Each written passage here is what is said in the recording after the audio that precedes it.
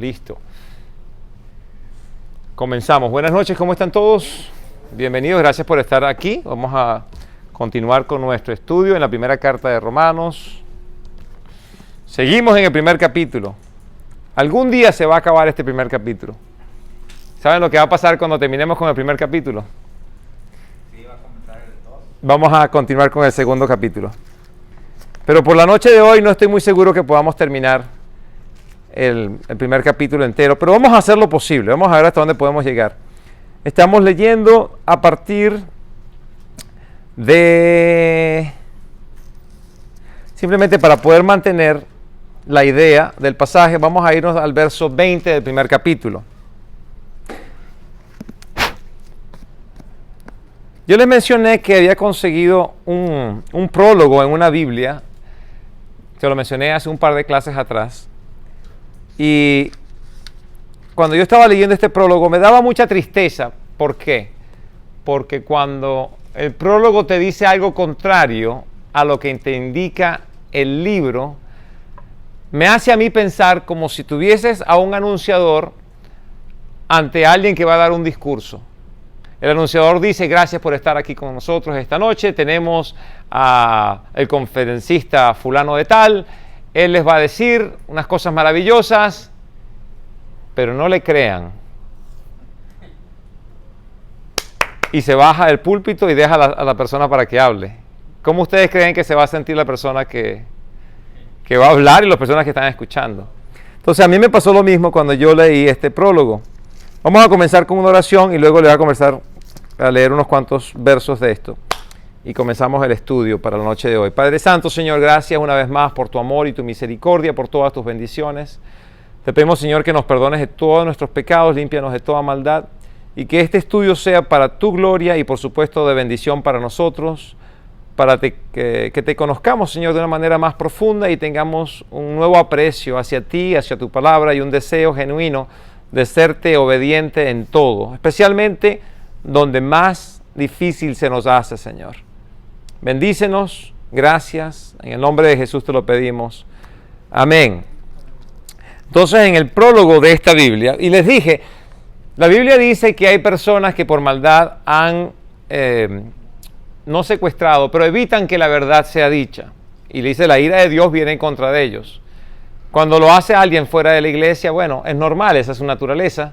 Pero cuando se hace dentro de la iglesia es que uno se pregunta, bueno, ¿qué está pasando? Entonces, cuando yo estaba leyendo este prólogo, me pasaba justamente eso por la mente.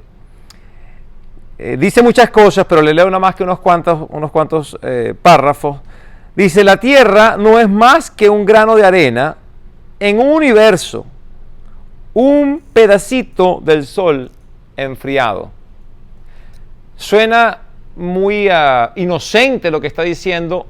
Hay que tener cuidado, porque si te vas al primer capítulo de Génesis, verso 1, dice, en el principio Dios creó el cielo y la tierra, y luego más adelante te dice, en el cuarto día creó el sol, la luna y las estrellas, para que gobernaran el día, la noche, y también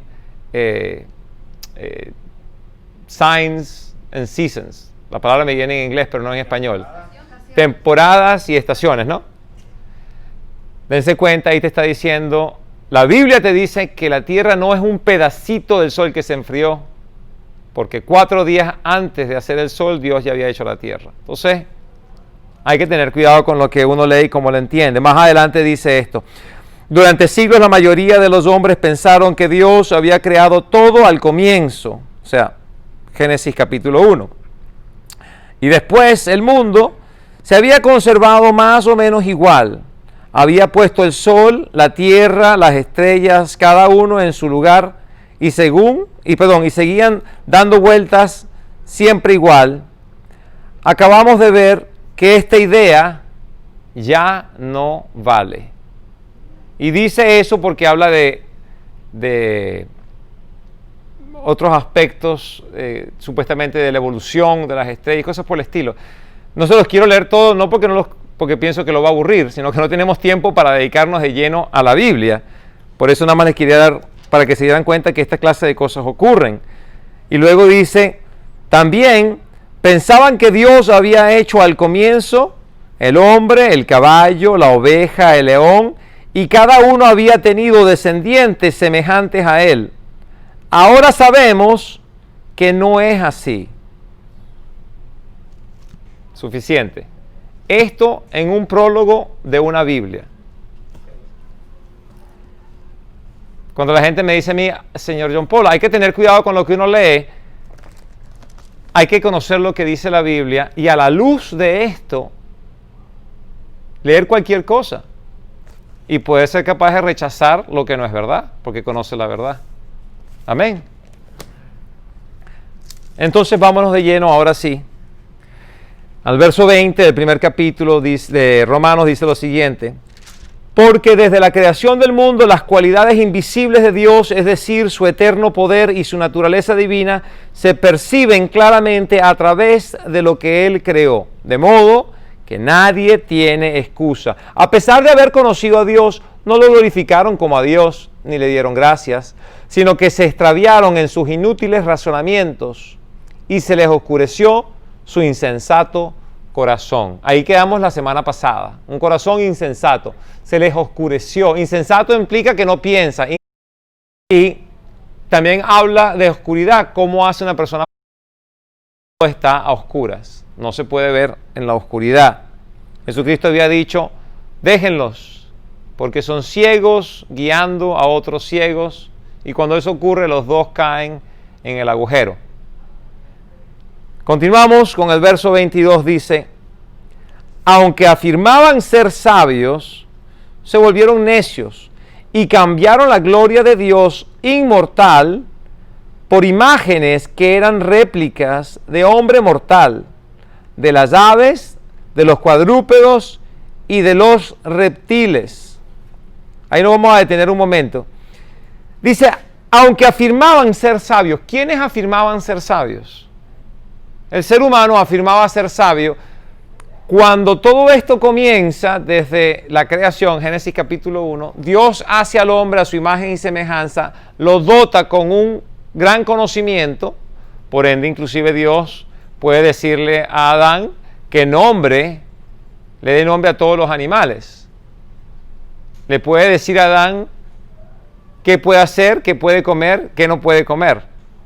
En la rebelión del hombre, y sabemos en el capítulo 3 del Génesis que el hombre se rebela en contra de Dios por cuanto Dios le dice no comerás del árbol del conocimiento del bien y el mal, y come. Al hacer eso el hombre muere de manera espiritual. Físicamente se mantiene vivo, pero muere de manera espiritual.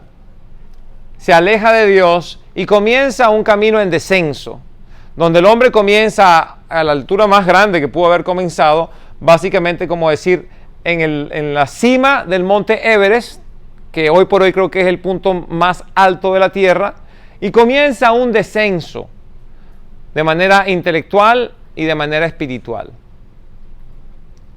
Hoy en día hablamos, ¿cómo es posible que el hombre hace 4.000 años atrás aproximadamente haya construido pirámides? No es posible. Hoy en día no se sabe ni cómo las construyeron exactamente, ni cómo cortan la piedra con esa exactitud sin tener las herramientas de precisión que tenemos hoy en día, cómo las ordenaron así. Pero el hombre sabía hacerlo.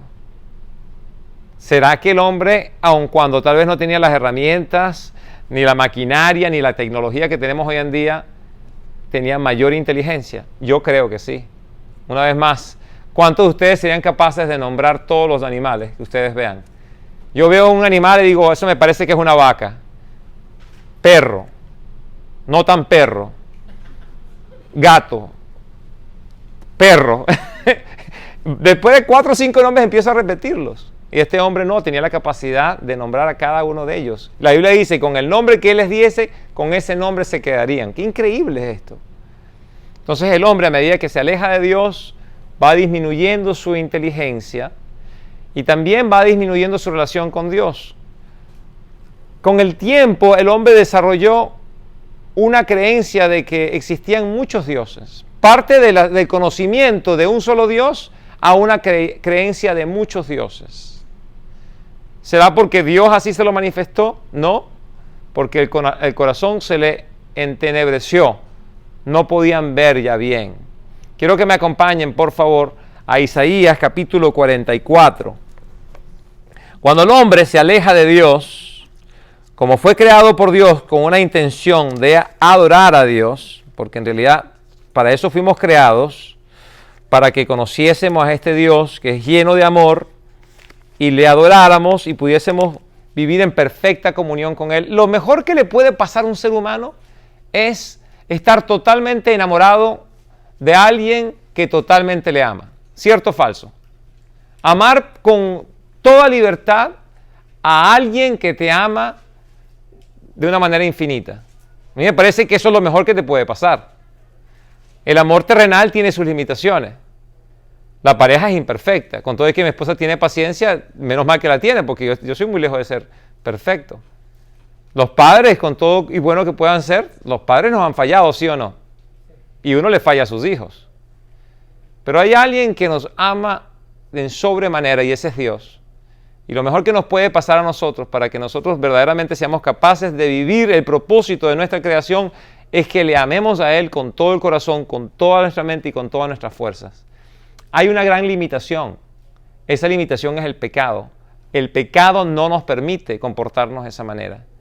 Y lo que Dios hace cuando envía a Jesucristo, que muere por nosotros y resucita para dar vida eterna, en el momento que nos salva de nuestros pecados, nos da una nueva forma de pensar, nos da una nueva forma de sentir y nos ayuda por medio del Espíritu Santo a cada día a tener la oportunidad de amarle más. Aquí, en el capítulo 44 de Isaías, a partir del versículo 6, dice lo siguiente: Así dice el Señor, Todopoderoso, Rey y Redentor de Israel. Yo soy el primero y el último, fuera de mí no hay otro Dios. ¿Quién es como yo? Que lo diga, que declare lo que ha ocurrido desde que establecí a mi antiguo pueblo y exponga ante mí lo que está por venir. Entonces, nosotros sabemos que Dios verdaderamente es quien dice ser. La manifestación que nos ha quedado es la palabra escrita. Y la palabra profética da testimonio de que Dios es verdaderamente quien Él dice ser. ¿Por qué? Porque conoce lo que ha de pasar antes de que ocurra. Han habido muchas personas que dicen, bueno, Dios me dijo, esto va a ocurrir. Y eso no ocurre. ¿Será que Dios se equivocó o será que la persona se equivocó o que la persona mintió? Obviamente la primera opción de que Dios se equivocó no es real. Pero Dios nos está tratando de decir aquí que el hecho de que Él haya dado palabra profética demuestra que Dios sabe lo que ha de venir antes de que ocurra, que anuncié lo que va a suceder. Verso 8 dice, no tiemblen ni se asusten, ¿acaso no lo anuncié y profeticé hace tiempo? Ustedes son mis testigos. ¿Hay algún Dios fuera de mí? No, no hay otra roca, no conozco ninguna.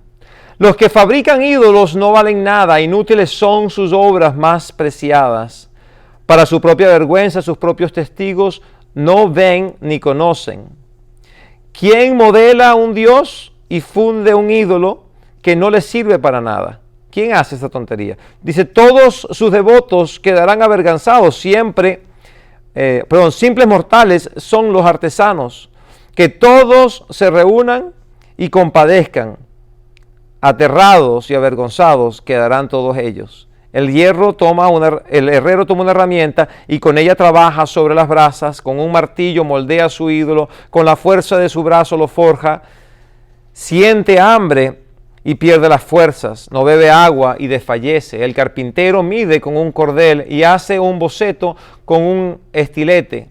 Lo trabaja con un escolpo y lo traza con un compás. Le da forma humana. Le imprime la belleza de un ser humano para que habite en un santuario. Derriba los cedros y escoge los cipreses o un roble. Lo deja crecer entre los árboles del bosque o planta un pino y la lluvia le hace crecer. Al hombre le sirve de combustible. Toma una parte para calentarse, enciende un fuego y hornea el pan, pero también labra un dios y lo adora. Hace un ídolo y se postra ante él. Si se dan cuenta lo insensato que es esto, Dios está diciendo, ya yo demostré que yo existo, que yo soy real, ya la creación da testimonio de mí. Ustedes no tienen excusa para no creerme, para adorarme y para serme agradecidos, pero en su insensatez, en su ceguera, ustedes siembran un árbol y lo ven crecer. ¿Por qué? Porque la lluvia le cae y lo alimenta. Una cosa bellísima. Mi esposa, a mí nos gusta y a algunos de ustedes también, sembrar arbolitos y ver cómo crecen. Es una cosa espectacular. Pero dice, pero qué insensato eres. Si una vez que tienes el árbol lo cortas un trozo del árbol para calentarte del frío, cortas otro trozo del árbol para calentar o cocer tu comida, y el trozo restante de él vas a producir con tu experiencia, con tu arte, con tu conocimiento, vas a esculpir algo que se asemeja a un hermoso ser humano, te vas a postrar ante él y le vas a decir, tú eres mi Dios. Esa es idolatría. ¿Ustedes creen que esa es la idolatría que existe hoy en día? Puede ser que sí, pero la Biblia dice que hay otras formas también de idolatría. El que es un idólatra es un necio, así como también es un necio aquel que niega la existencia de Dios. Acompáñenme, por favor, a Primera de Samuel y vamos a ir al capítulo 25. Aquí hay un hombre, posiblemente Nabal, ese es su nombre, pero posiblemente Nabal pudo haber pensado que él era un hombre sensato, un hombre sabio, porque sabemos que Nabal es un hombre rico, eso sí lo sabemos de antemano. No vamos a leer toda la historia, si ustedes se la quieren leer, es una historia bien interesante. Primera de Samuel, capítulo 25. Pero quiero que se den cuenta. En el versículo 3 dice, el hombre se llamaba Nabal y pertenecía a una familia o la familia de Caleb. Su esposa, Abigail, era una mujer bella e inteligente. Nabal, por el contrario, o sea, a diferencia de ella, era insolente y de mala conducta. Ahí vemos dos aspectos de Nabal. Nabal era insolente y de mala conducta. Acompáñenme ahora, vamos a ir al verso 15. Aquí en el verso 15 está recontándole un hombre, un siervo de Nabal, le está diciendo a Abigail lo que había ocurrido antes. Por cuestiones de tiempo no se los puedo leer todos, pero lo que había ocurrido fue que unos hombres de David vinieron al campamento de Nabal para expresarle que ellos habían estado todos estos meses cuidando de los hombres de Nabal que tenían a unos animalitos, unos corderitos. Ellos los protegían en la noche para que no les pasara nada. Y básicamente le estaba diciendo, oye, nosotros te ayudamos a ti, porque tú no nos ayudas a nosotros, danos algo de comer. Y Nabal les dijo que no. Así que aquí vemos es cuando uno de esos siervos va corriendo y le dice a Abigail lo que pasó.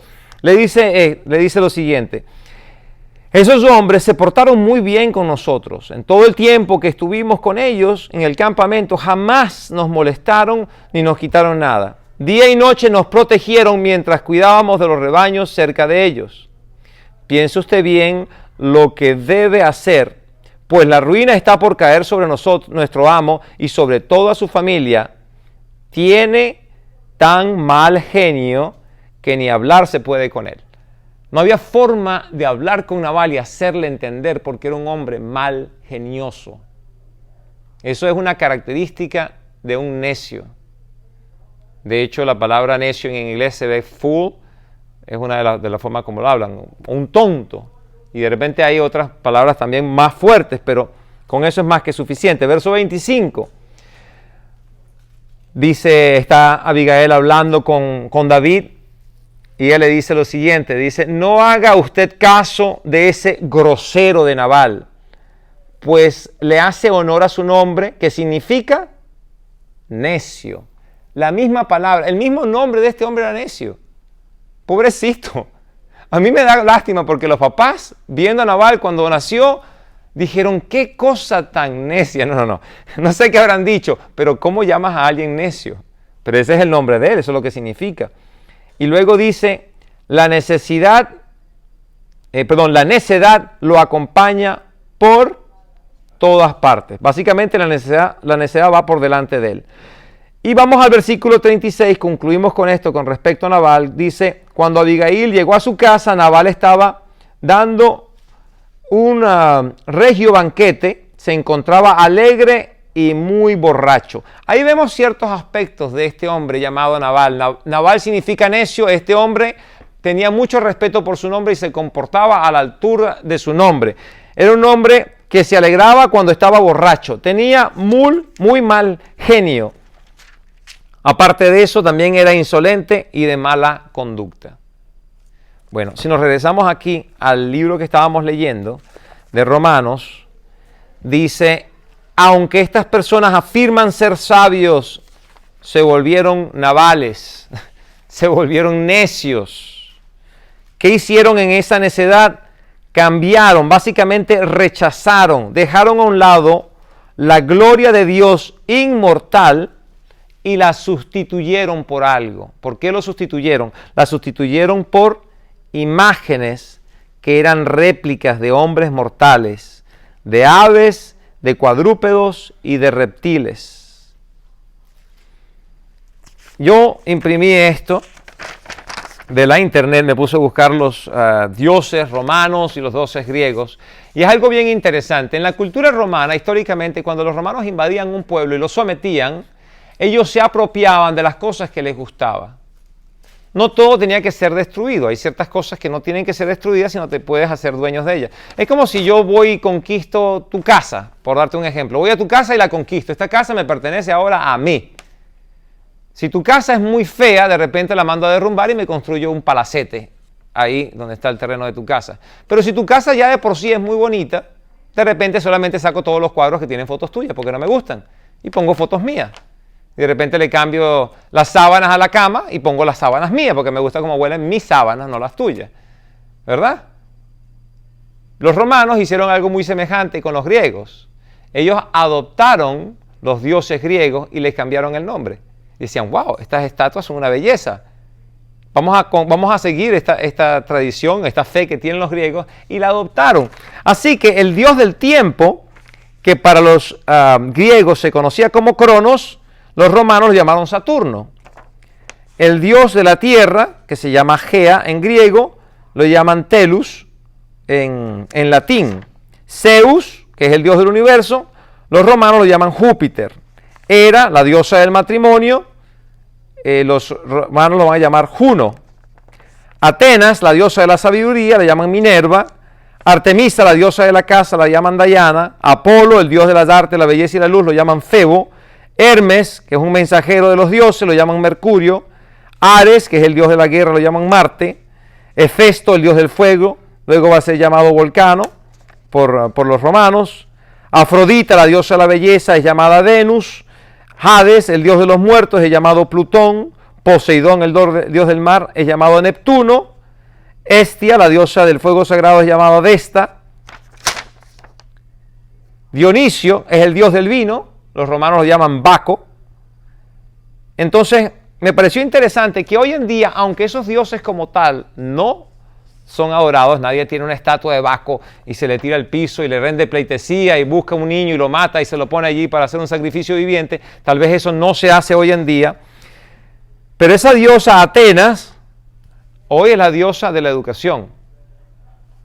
A las personas con un gran nivel de educación lo exaltan hasta un punto donde yo no estoy en contra de la educación, créame, a mí me agrada la educación, me gusta que la gente estudie más, que sepamos más, que todos estudiemos más y conozcamos más. El problema radica en cuando en realidad le damos a la educación un valor más alto que el carácter. Poco nos importa si la persona moralmente es depravada, siempre y cuando tenga un PhD cerca de su nombre. Para eso muchas veces es más importante. Cuando al final del día lo más importante es que una persona sea educada, amorosa, respetuosa. Eso viene a ser lo más importante. Pero hoy por hoy se busca más la educación que la sabiduría. El dios de las artes, de la belleza y la luz, lo llamaban antes Febo, ahora lo llaman Hollywood. Es más importante lo que Hollywood tiene que decir hoy en día con respecto al arte y a la belleza que cualquier otro crítico. Muchas personas hoy en día se sienten insatisfechas con cómo se ven. ¿Por qué? Porque Hollywood les dice, te ves feo. Pero ¿quién eres tú para decir? Yo soy Hollywood. Y yo entiendo perfectamente lo que es la belleza. Y eso no es cierto. Dios dice que la belleza que Dios estaba buscando en la persona no era la belleza del los vestuarios, de los cabellos ordenados. No estoy diciendo que esté en contra de eso, pero está buscando un espíritu humilde y apacible, que es una belleza que no pasa con el tiempo, porque al final toda la belleza física con el tiempo desaparece, que es muy triste, porque yo veo gente que está luchando tanto para sostener y agarrar esa belleza física y mantenerla, que no pueden disfrutar del día de hoy, porque se aferran tanto a tratar de ser bellos que el día de mañana van a estar igual de feos. Todos vamos a estar feos mañana. Si Dios nos deja estar en este mundo por 120 años, aquí no va a haber ni uno solo bonito. Ni uno solo. Pero si Dios nos permite estar esa cantidad de tiempo, qué hermoso que tengamos un carácter como el carácter de Cristo, apacible, amable, gentil. Eso sí sería una belleza hermosísima. Luego tenemos el Dios del vino. Antes se llamaba Baco, según los romanos. Hoy en día lo llaman parranda. El Dios de la parranda. Yo veo los videos y todo eso y todo el mundo, no todo el mundo, pero tanta gente que dice, la pasé muy bien con una botella de licor así grande en la mano y un trago y todo. Y es que la estamos pasando, no la están pasando lindo. Porque muchos de nosotros estuvimos allá en alguna oportunidad y miramos al pasado y decimos, no la pasé bien. Dije y hice una cantidad de tonterías. Estoy pagando consecuencias todavía de las cosas que hice hace años por eso.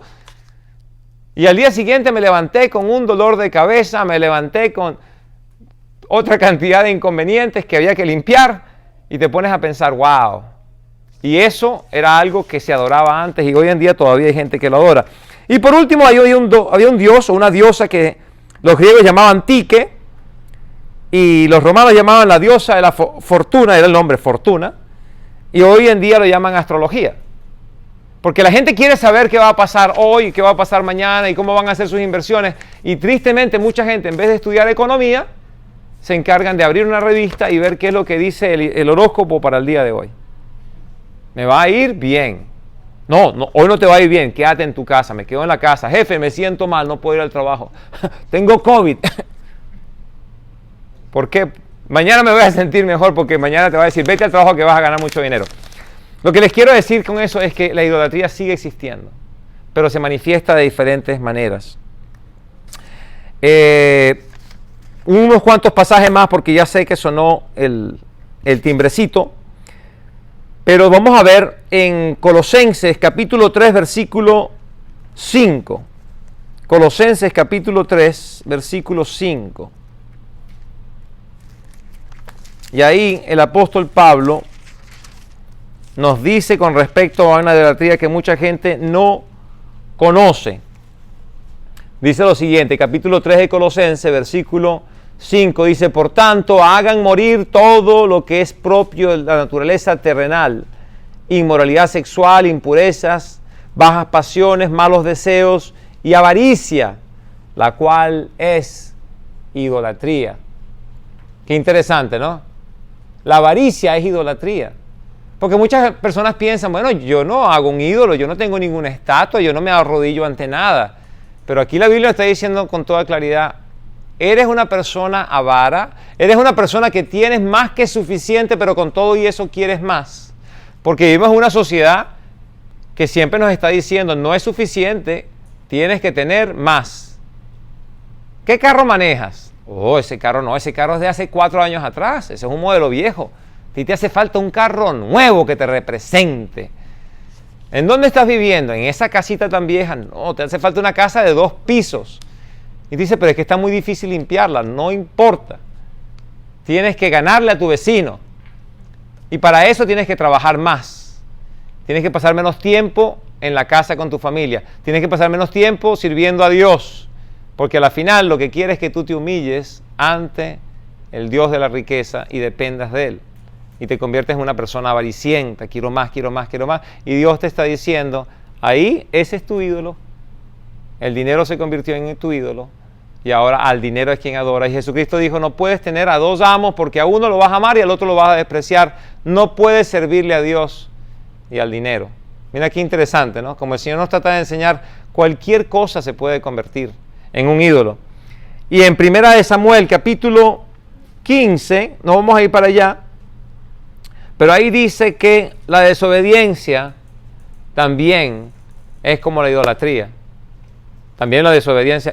De hecho, vamos a leerlo y con eso cerramos por el día de hoy. Primera de Samuel, capítulo 15, versículo 23. Primera de Samuel, capítulo 15 y versículo 23.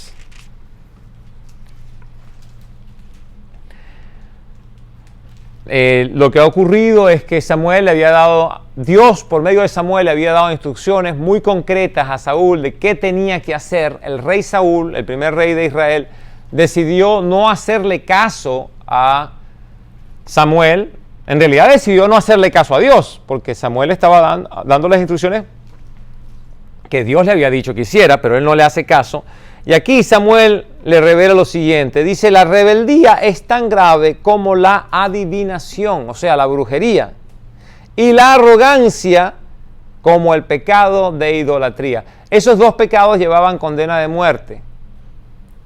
La idolatría y la adivinación eran penados con muerte, pero aquí el profeta, hablando por supuesto por Dios, dice que la rebeldía y la arrogancia son exactamente iguales al pecado de adivinación e idolatría. También debería ser castigado con muerte. Tal vez Dios hoy en día no nos manda la muerte por estas cosas, pero yo creo que existe una muerte en el corazón del hombre. Cada vez que procura agradarse a sí mismo, alejarse de Dios, adorar algo que no es Dios, muere un poquito más. Y está un poquito más lejos del Señor.